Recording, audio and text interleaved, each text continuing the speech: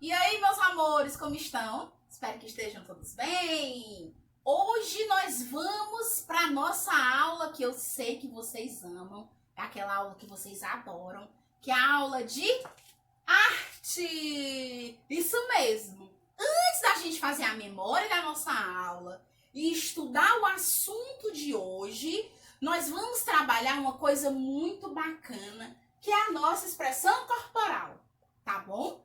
Tia, mas o que é isso? Nós vamos trabalhar movimentos. Através de uma música que eu sei que todos vocês já devem ter escutado, tá bom? A tia vai fazer o movimento e vocês vão repetir em casa. Então todo mundo vai ficar de pé agora, se aquecer, se alongar, se movimentar pra gente dar início. Vamos lá, pessoal?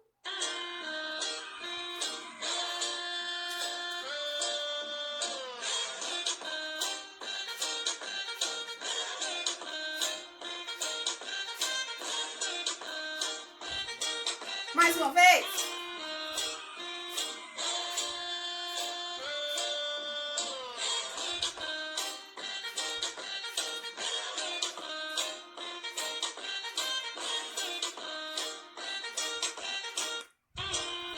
Boa tarde, crianças! E aí, como estão? Espero que estejam todos bem. E aí, gostaram do nosso aquecimento no início da nossa aula de arte?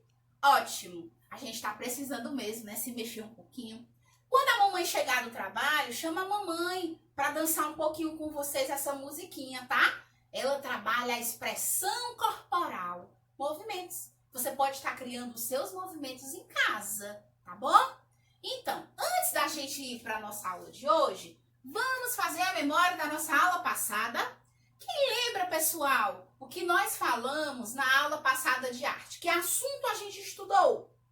Muito bem! A gente falou sobre a fábula. Mas, tia, eu esqueci o que é a fábula. A fábula é um gênero literário que vai trabalhar com animais. E dentro dessa história, os animais têm vida própria. Isso mesmo. Quem lembra qual foi a fábula que nós trabalhamos na aula passada? A lebre e a tartaruga. Muito bem. E quem lembra sobre como foi que aconteceu a história toda? Isso, pessoal, foi isso mesmo. Uma corrida, né?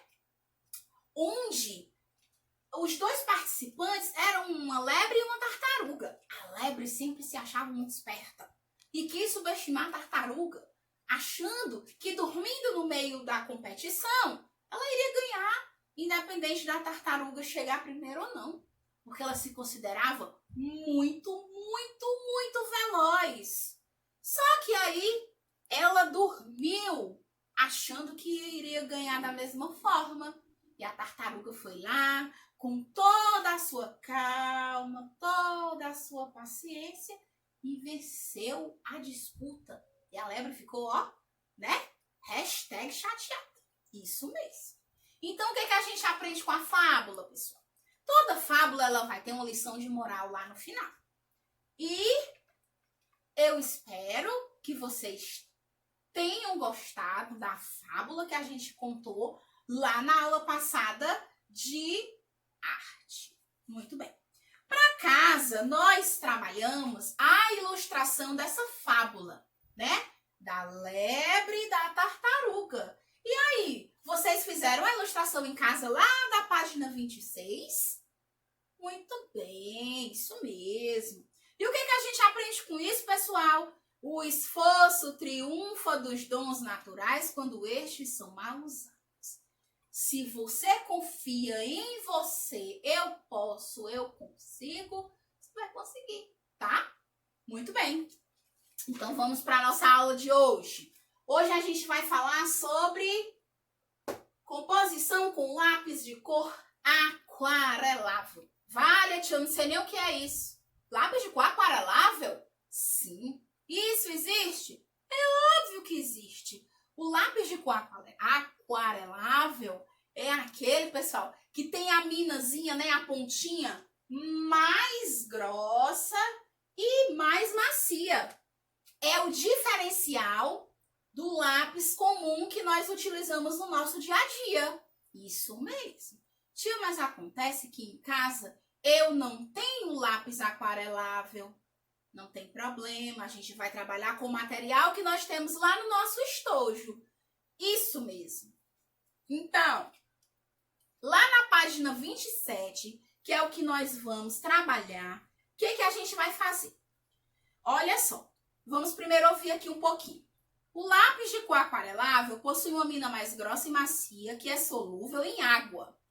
Tia, em água? Isso. Como ele tem uma sistemática toda diferente do lápis que a gente usa no dia a dia, o que se faz? Como ele tem a mina mais grossa, tio, que é mina, é ouro? É não, gente, a ponta do lápis. Ele é mais grosso e são cores mais vivas, mais escuras, né?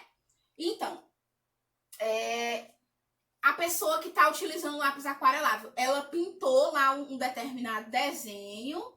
Depois, pessoal, ela pega o pincel com um pouquinho de tinta ou então um molhado mesmo e passa em cima, que ele vai dar um outro tom do tomzinho lá que tá no papel. Olha só. Passando o pincel úmido sobre o desenho, ele se transforma em uma pintura com aparência de aquarela. Olha aqui no nosso livro. Tá vendo? A pessoa lá utilizou o lápis aquarelável, pintou lá uma casa, um coração, alguma coisa do tipo. Pegou o pincelzinho, molhou um pouquinho na água, passou por cima, vai ficar parecido com uma tela de pintura de um artista famoso. Olha como é massa, tá? Mas a gente pode estar tentando fazer a mesma técnica com o lápis que nós temos em casa. Não vai ficar a mesma coisa. Bota um pouquinho de água. Um pouquinho. Não precisa ensopar o pincel todo, não, porque senão fazer aquela bagunça e aí a mamãe vai ficar #chateada. Continuando. Para que se obtenha esse efeito, é preciso que o lápis seja aplicado sobre o papel com leveza e regularidade. Se você pintar com força, não vai dar certo. Então tem que ser um toque suave, para quando você for molhar a pontinha do pincel com água, você passar por cima e ele mudar assim o tom, ficar num tom de aquarela, tá? Depois de pintar o desenho com lápis, utilize um pincel de pelos macios umedecido em água para produzir o efeito de aquarela. É importante retirar o excesso de água do pincel. Presta atenção. O que é o excesso? Você molhou lá no copinho e aí ficou a pontazinha dos pelinhos muito encharcada. Você vai tirar o excesso da água num pedacinho de pano ou então num pedacinho de papel toalha, né? O papel higiênico. Tirou lá o excesso da água, passou lá em cima do seu desenho para ver como é que vai ficar, tá?